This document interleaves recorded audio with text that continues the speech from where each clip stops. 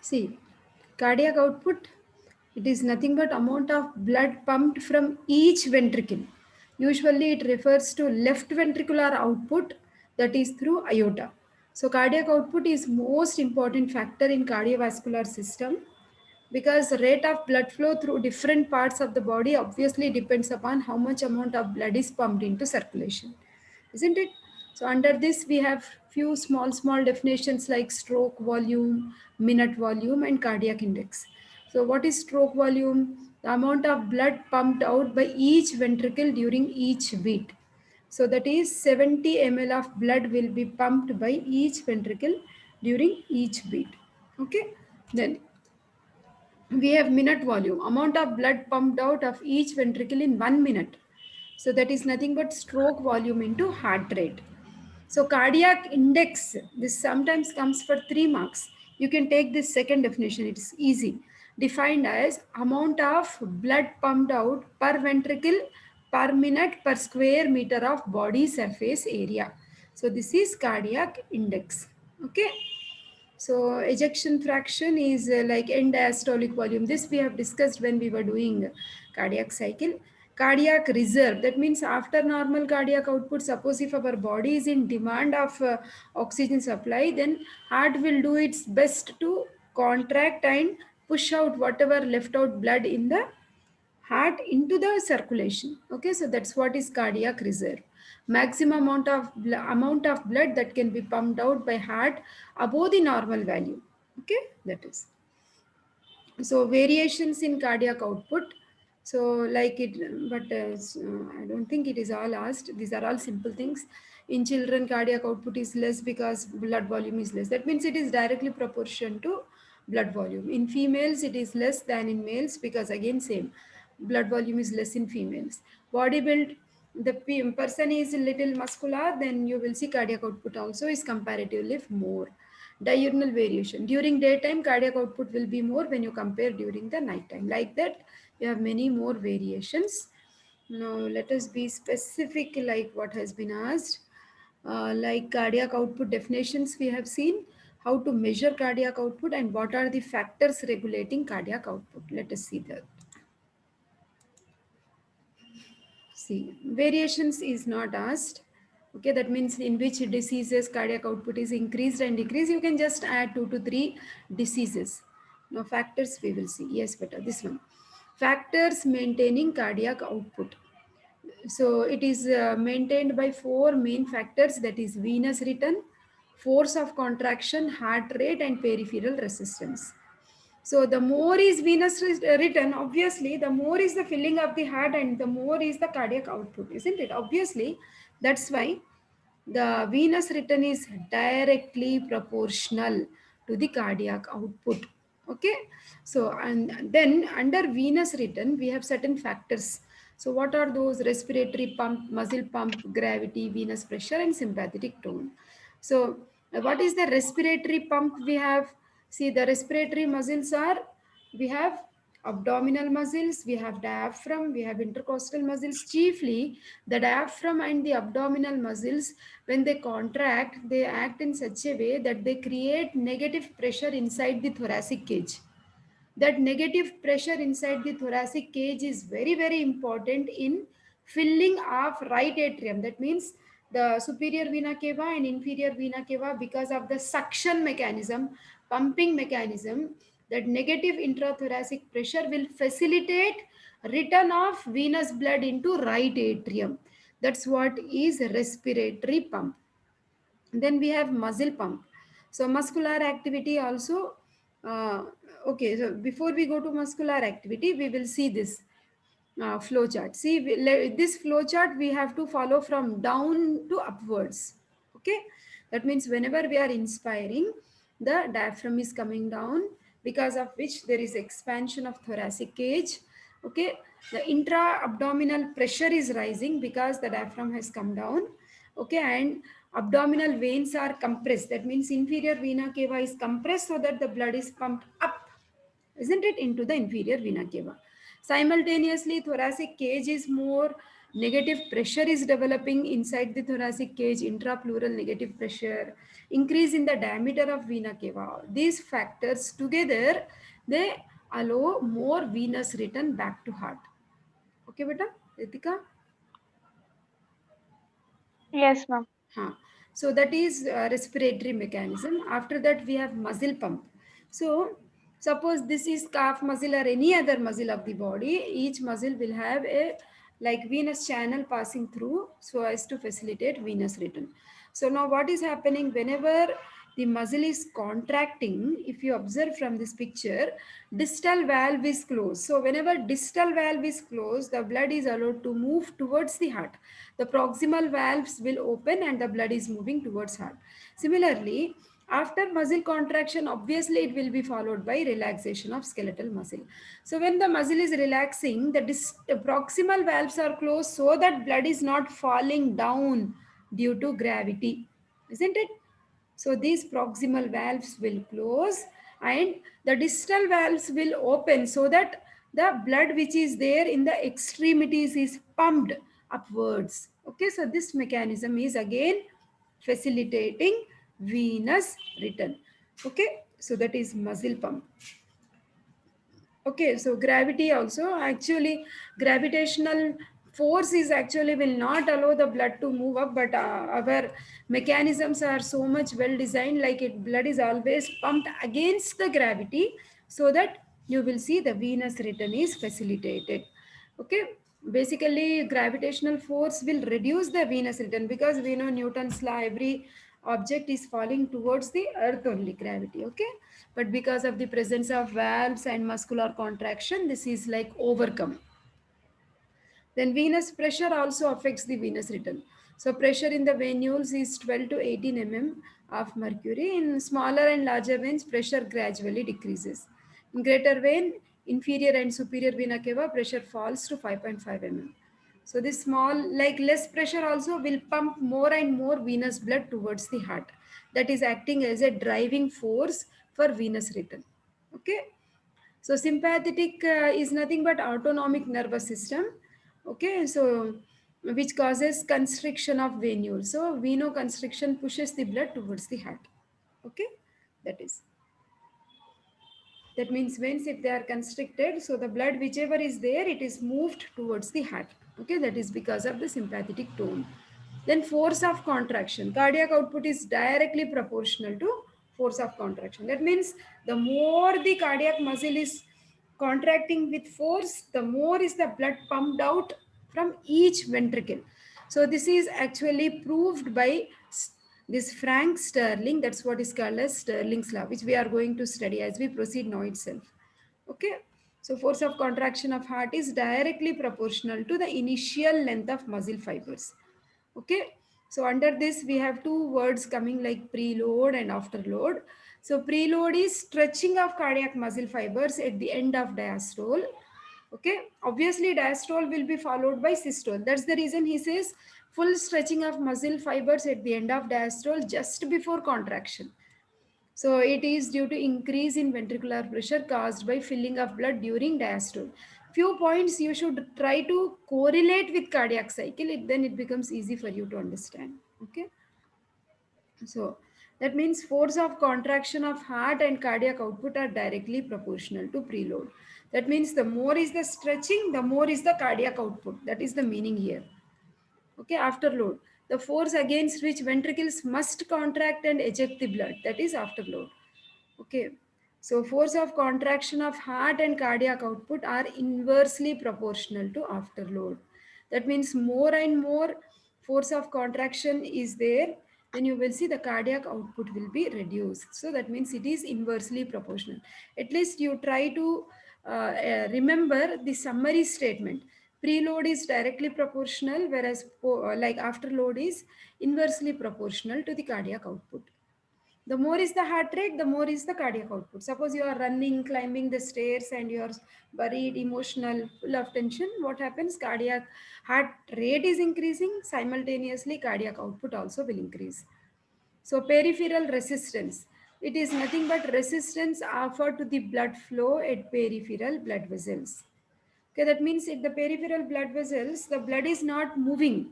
Okay, the peripheral resistance is resistance or load against which the heart has to pump the blood. That means if resistance is more, when that means the blood is unable to come back to heart.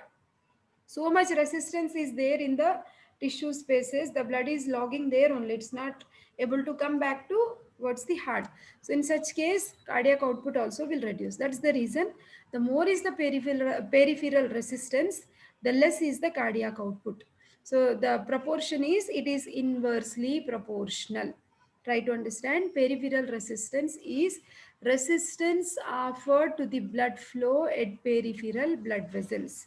Okay, that is, so cardiac output is inversely proportional. The most important vessels where we have this peripheral resistance in our cardiovascular system is arterioles. That's why arterioles are called as resistant vessels. The more is the resistant at arterioles, the less is the cardiac output. Okay, and we find maximum arterioles in our visceral organs. Splanchnic region means visceral organs. Now next part of the question, he has asked us, how do you measure cardiac output? See, cardiac output direct methods were there in the previous eras, but now it is not being used. Where in experimental animals, directly we used to insert a catheter and collect the blood and check the pressure. Okay, so that is using flow meter and direct methods and all. Like nowadays these are not used. Nowadays we use fixed principle, indirect method. We have to talk in detail about fixed principle here, measurement. Now what do you, first of all we should know the definition of fixed principle. This formula will make your understanding very easy.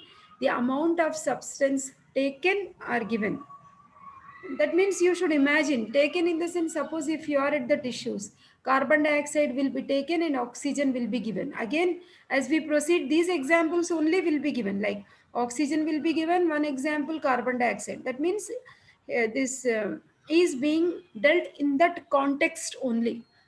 Okay, context of respiratory gases. So amount of substance, that is respiratory gases, for example, taken or given is nothing but amount of blood flow per minute, okay, multiplied with arteriovenous difference. Okay, that is.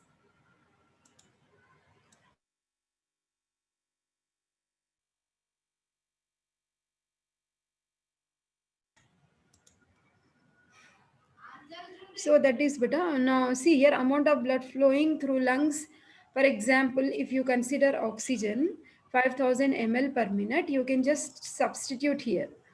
Like like oxygen content in arterial blood is 20 and venous blood oxygen content is 15.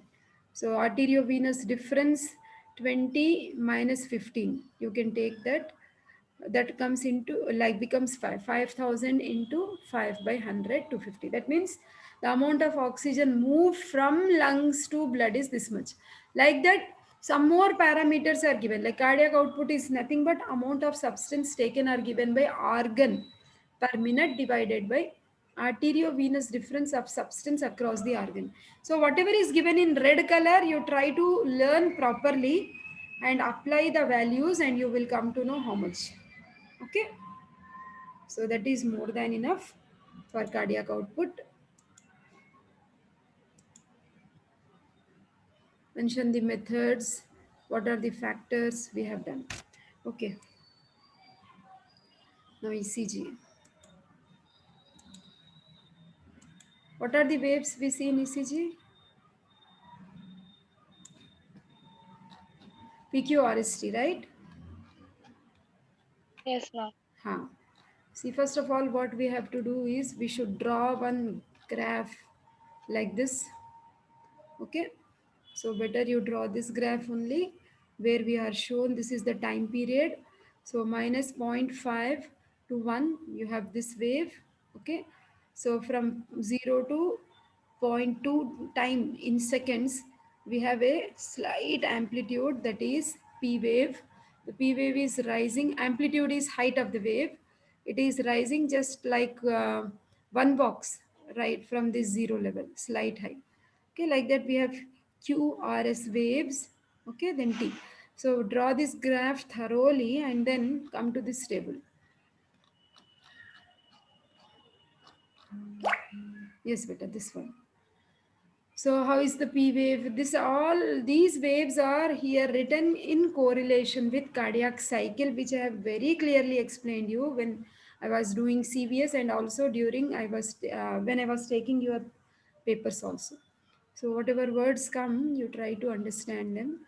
So P wave, so it is caused due to atrial depolarization. Duration is 0.1 second and amplitude is 0.1 to 0.12. Okay, so like that we have QRS, T wave, PR. You just follow this graph and try to write this table. And he gave only this simple question, but in case if you want to write what are the diseases under which these waves are changed, under each wave some clinical disorders are also given. Like for example, if you start with P wave, cause whatever you have studied here as a single line will be elaborated here. Clinical significance, around 9 clinical conditions are given. Try to learn at least 3. Like for example, right atrial hypertrophy, P wave is tall. Left atrial dilatation or hypertrophy, it is tall and broad based, like that. Okay, similarly for each wave after description, give at least one or two clinical point, though it is not asked, so that it makes your answer complete, and draw a good graph. Okay, that is enough for your answer. Then cerebral circulation. Many questions have come directly from CVS, no? Back to back. See, cerebral circulation, baroreceptors. Is it first MBBS question paper? What? Plasma? Everything is. See, properties of cardiac muscle. Everything sounds like he has chosen from cardiovascular system. Okay. Anyhow, we will discuss what is there. It will be a revision for you. So, what is the question we have seen just now? Cerebral circulation. Okay. Can you just try to recollect what are the blood vessels which are supplying brain? Base of the brain, we have a network of blood vessels. Do you remember the name of it? Hema?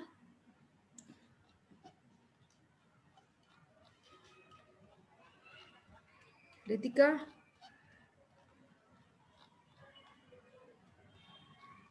Are you there? Uh, Huh. yes, ma'am. Okay. Very, Circular Willis. very good. Circle of Willis. We see at the base of brain. Very good. Can you tell me how is the circle of Willis formed? Just, I will like tell you the answers wherever you are finding the gap. Just try to recollect.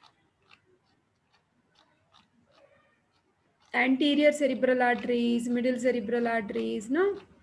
Posterior cerebral arteries, then anterior communicating, posterior communicating. Together they form circle of Willis. Okay, now this is cerebral circulation. Okay, yeah. What are the three major blood vessels supplying the brain?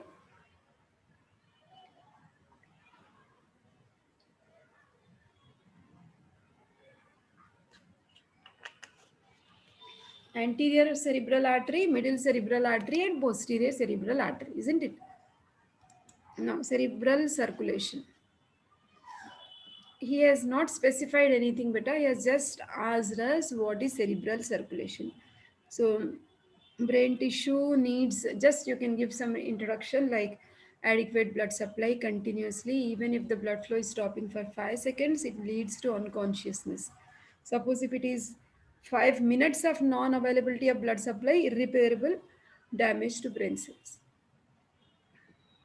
So, cerebral blood flow, how to calculate? Amount of N2O taken by brain divided by arteriovenous difference. That means how much amount of this nitrous oxide, right? Present on the arterial end and venous end. So more or less it is just now we have studied fixed principle, no beta? One particular organ we have seen just now this formula. Now the same formula we are applying it to the brain. Okay, but we are introducing this nitrous oxide. Ketty and Smith's nitrous oxide method. Indirect method, nitrous oxide is used as an indicator. Subject is asked to inhale nitrous oxide at low concentration, which is less than the amount required for anesthesia. After inhalation of gas for about 10 minutes, then amount of nitrous oxide retained in the brain tissue becomes equal to the amount of nitrous oxide present in cerebral venous blood. So that's what we are going to measure.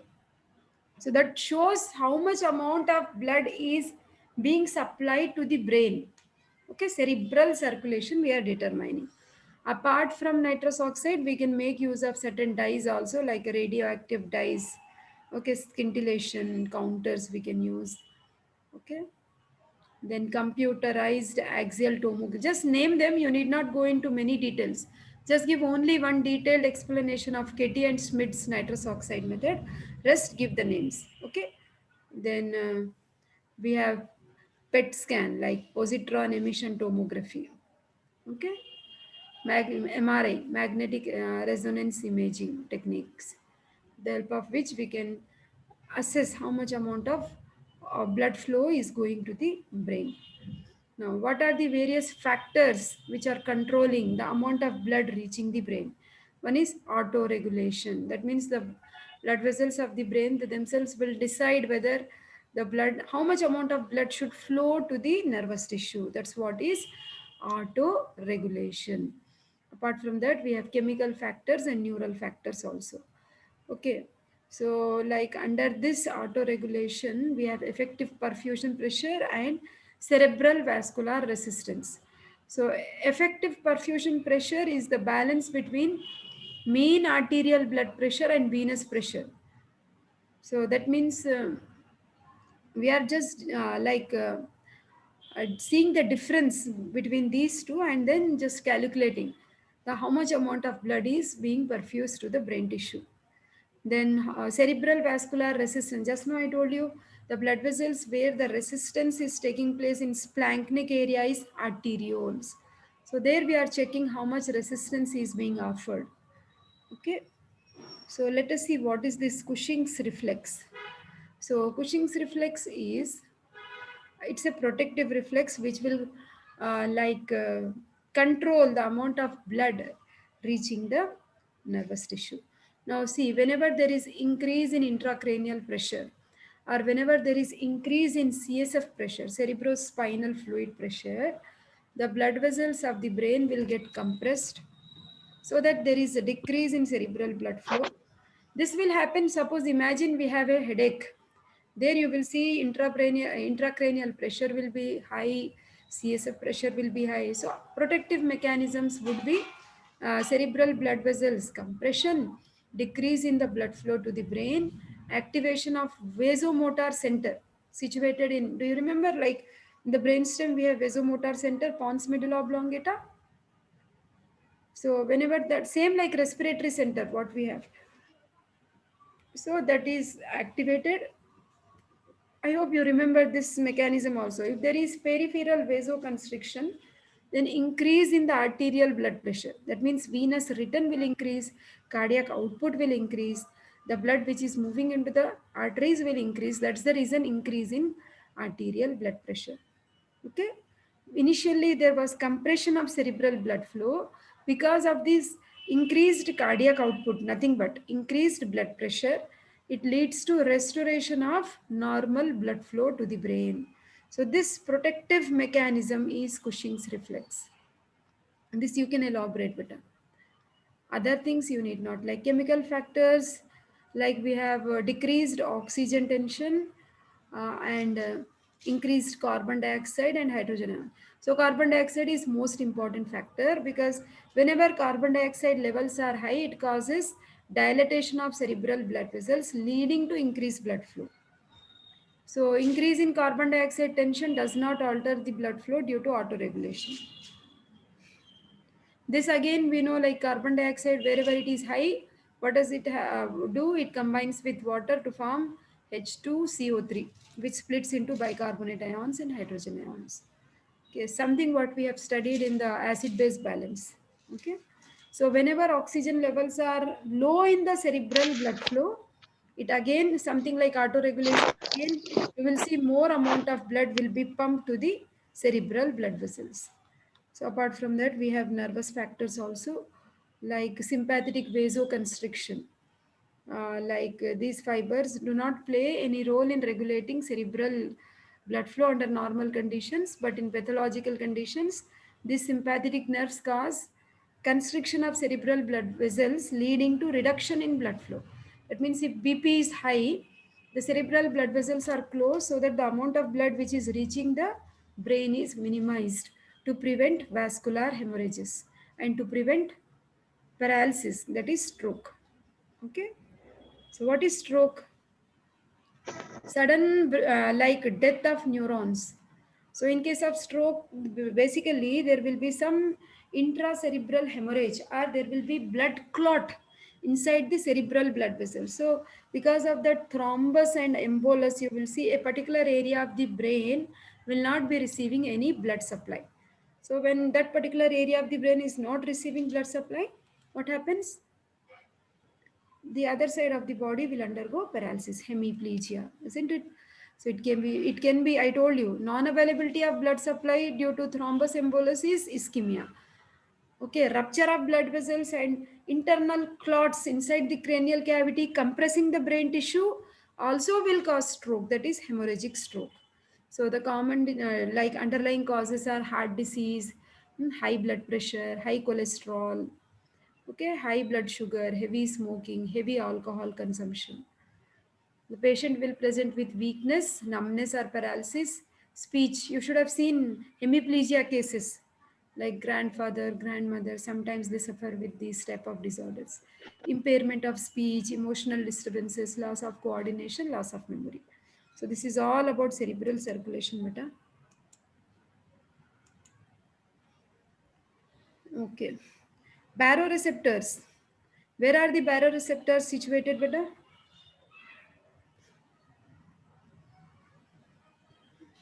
Baroreceptors and chemoreceptors. Ritika, we have discussed many times. Uh, Common carotid artery and the bifurcation arch of aorta and common carotid artery. These are the two places where we have the baroreceptors, isn't it? What do they do? They read the pressure changes, isn't it? If the blood huh. pressure is high, it causes peripheral vasodilatation so that venous return is reduced. There is low blood pressure, then there will be peripheral vasoconstriction so that venous return is increased. Okay, that is. We discussed many times, in fact, that diagram.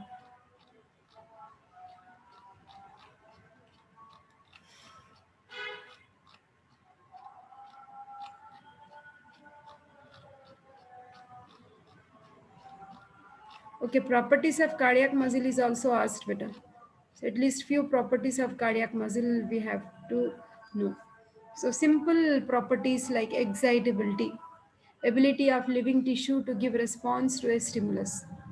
Okay, so here I hope you remember this action potential curve what we have studied for skeletal muscle, depolarization, resting membrane potential, then we have depolarization, then we have repolarization, then we have after polarization. Okay, but this amplitude and the time period will differ for cardiac muscle. Cardiac muscle is relaxing more, whereas skeletal muscle it was sharp spike and then coming back. It was not for such a long time, isn't it? Because cardiac muscle has to work from womb to tomb. That's the reason the repolarization is occurring very slowly. Okay, during this time only the heart will relax also. Okay, so if you remember resting membrane potential, what happens? Sodium and potassium pump, entry of 2 sodium ions and exit of 3 potassium ions, so that more negativity develops inside the cardiac muscle fiber. Okay, just a minute. Okay, beta. So this is the same action potential curve with slight differences you will see. So this point you can elaborate. Resting membrane all like, see, it will be different. Like for single cardiac muscle fiber, you please remember all these values. Minus 85 to minus 95 millivolts. SA node, it is minus 55 to minus 60. Purkinje fibers, resting membrane potential is minus 90 to minus 100 millivolts. Okay. So the curve is slightly like a plateau, not like sharp what we have seen. Ionic bases also same thing you will have. Okay, entry of sodium ions and exit of potassium ions. Okay, sodium potassium pump. So at the pacemaker also you will find similar type of changes only. Simple things you try to see. This is SA node. Uh, Pacemaker potential will be asked better. Now whatever we have studied for action potential curve for a cardiac muscle fiber like ventricular muscle, we are now specifically measuring it as a node. Okay, so that's what is pacemaker potential, and the graph is slightly different here. Okay, so like here we have resting membrane potential from this curve to till this curve, then this area is pacemaker potential, then we have depolarization, then repolarization. Okay, just a minute. So okay, beta. So like that you just try to give few properties. Then conduction system of heart is quite easy, isn't it? Like very easy, like components of conductive system. SA node to AB node, from here to bundle of his right bundle branch, left bundle branch, and Purkinje fibers. That is only elaborated here. This like this property also we can take more than enough. These properties are enough, better. Okay. So this paper is quite lengthy. Plasma proteins and functions we have discussed many times, in fact.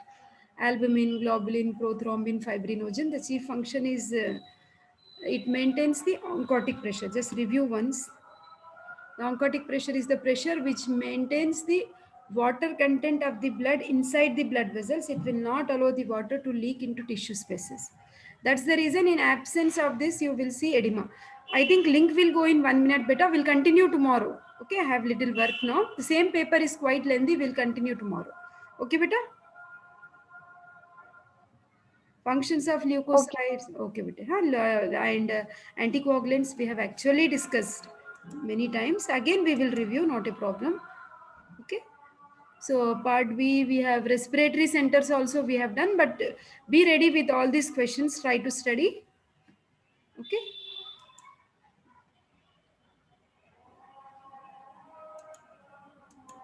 Ma'am, we didn't do baroreceptors, right? Baroreceptors is nothing but what we have done in blood pressure beta. Review one. Same answer you have. Okay, ma'am. Okay, beta. We'll stop here then. Okay, I have a small like